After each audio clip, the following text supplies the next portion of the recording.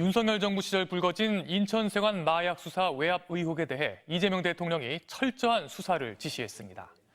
이 대통령은 오늘 대변인실을 통해 지휘 고하를 막론하고 성역 없이 엄정 수사하라면서 세관 마약 사건 당시 경찰 수사 책임자였던 백혜룡 경정을 파견하는 등 수사팀을 보강하라고 지시했습니다. 이문정 검사장이 지휘하고 있는 검경 합동수사팀은 인천세관 공무원들이 마약 밀수에 연루됐다는 의혹과 관련해 윤 전 대통령 부부가 외압을 행사했는지 등을 수사하고 있습니다.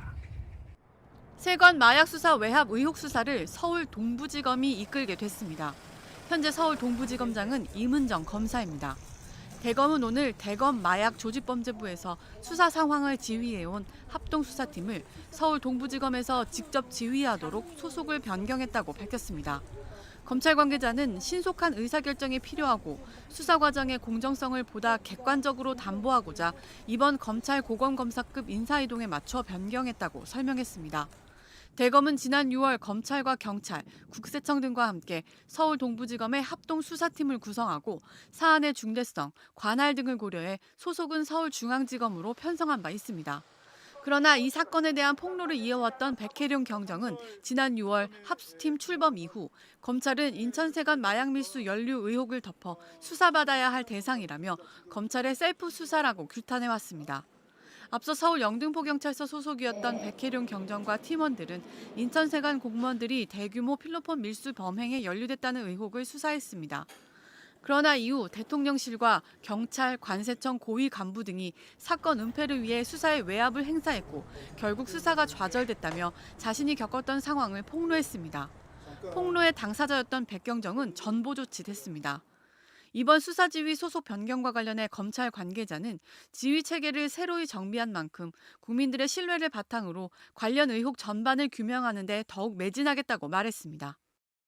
그리고 인천지검 6개월 이상 앞선 2023년 2월 검찰은 인천공항을 통한 같은 말레이시아 마약 밀수 조직을 적발하고도 공범대를 출국 금지하지 않았습니다.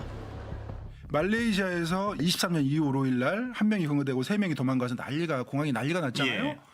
근데 검찰에서 3명 도망간 사람들을 출국 금지를 안 시키고 안전하게 내보내줍니다.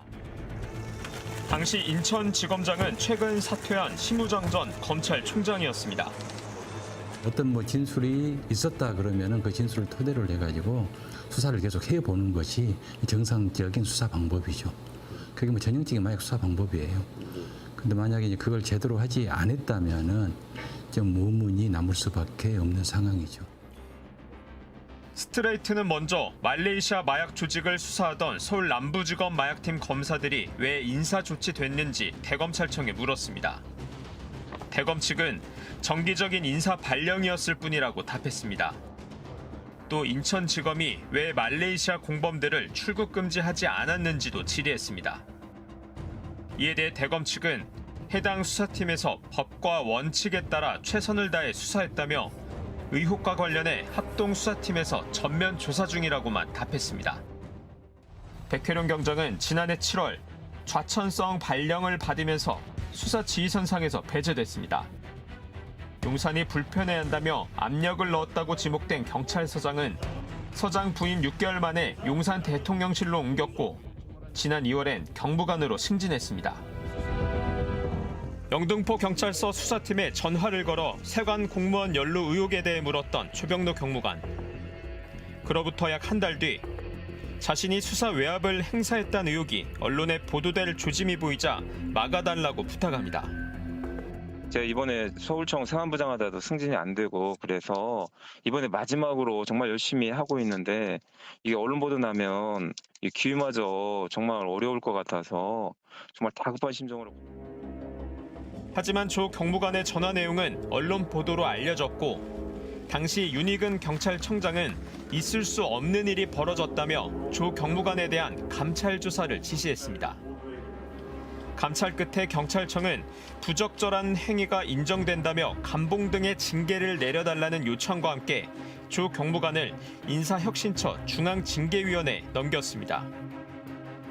하지만 넉 달 뒤 인사혁신처의 결론은 불문, 즉 징계 처분을 내리지 않았습니다.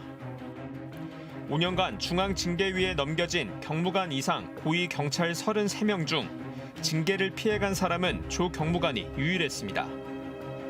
말 그대로 불문 경고에 붙여졌는데요. 이 또한 보이지 않는 거대한 흐름이 있다라고 보는 겁니다. 즉 경찰 간부인 조병로 씨의 일탈 행위에 대해서 누군가 봐줬다. 누군가 뒤에서 봐준 게 아닌가? 이런 의심이 들게 한 건 세간의 관심이 집중된 한 인물이 조 경무관의 이름을 언급했기 때문입니다. 김건희 여사가 연루된 도이치모터스 주가 조작 사건의 공범 이종호 전 블랙펄 인베스트 대표. 이 전 대표가 조병록 경무관의 승진을 돕겠다는 녹취가 나온 겁니다. 하여간 좀 있어봐. 내가 그것도 하고 오늘 그 병록권도 연락이 와가지고 병록권도 오늘 저녁 때 되면 연락 올 거야. 그게 누구였죠? 조병록 서울 치안감 별 2개 다는 거 아마 예. 전화 오는데 별 2개 달아줄 것 같아. 예술이다. 그래도 또 우리가 또 그 정도는 주변에 데리고 있어야 되지 않냐? 해병대 최상병 사건 당시 임성근 사단장 구명로비 의혹으로 유명해진 이른바 멋쟁 해병 단체 대화방. 이 대화방 멤버였던 이 전 대표는 임성근 사단장의 구명을 위해 VIP 쪽에 얘기해보겠다는 말을 하기도 했습니다. 그래서 내가 VIP한테 얘기할 테니까 사표 내지 마라. 왜 그러냐면 요번에 아마 내년쯤에 발표할 거거든. 해병대 별 4개 만들 거거든. 대체 이종호 전 대표와 조병록 경무관은 어떻게 아는 사이일까? 이 전 대표는 자신은 조 경무관을 모른다며 멋쟁 해병 대화방 다른 멤버에게 그 이름을 들었을 뿐이라고 해명했습니다. 친애들이 좋은 사이니까 진급시켜야 된다 뭐 이런 얘기를 사적에서 할 수 있잖아요. 스트레이트는 이종호 씨가 자신에게 조 경무관 이름을 알려줬다는 대화방 멤버 송모 씨에게 연락했습니다. 송 씨는 이종호 씨의 해명이 맞다는 취지로 답했습니다. 조 경무관 역시 이종호 전 대표를 모른다고 주장했습니다. 이 채무 경위를 통해서 간접적으로 이종호 대표나 송모 전 강호차 직원이랑 소통하신 적 있으십니까? 없습니다. 없습니까? 확실히 없습니까? 없습니다. 조 경무관은 지난 2022년 윤석열 정권 인수위원회에서 약 3주간 일했던 것으로 확인됐습니다. 이종호 전 대표가 추천했다는 설도 있지만 확인되지는 않았습니다. 서로 모르는 사이라는 당사자들의 해명에도 여전히 의혹은 풀리지 않고 있습니다. 이종호가 조병로를 아예 모른다면 그 사람을 뭐 별을 2개를 달아주니 뭐 하느니 하는 이야기 자체를 할 이유가 없잖아요. 김건희 국정농단 특검팀은 최근 공수처로부터 임성근, 조병록, 구명로비 의혹 관련 사건 자료를 확보해 본격적인 수사에 착수했습니다. 정권 교체 뒤 이재명 대통령이 이 사건에 대한 상설특검 필요성을 언급한 지 3일 만에 대검찰청은 뒤늦게 합동수사팀을 구성해 모든 의혹을 수사하겠다고 밝힌 상태입니다.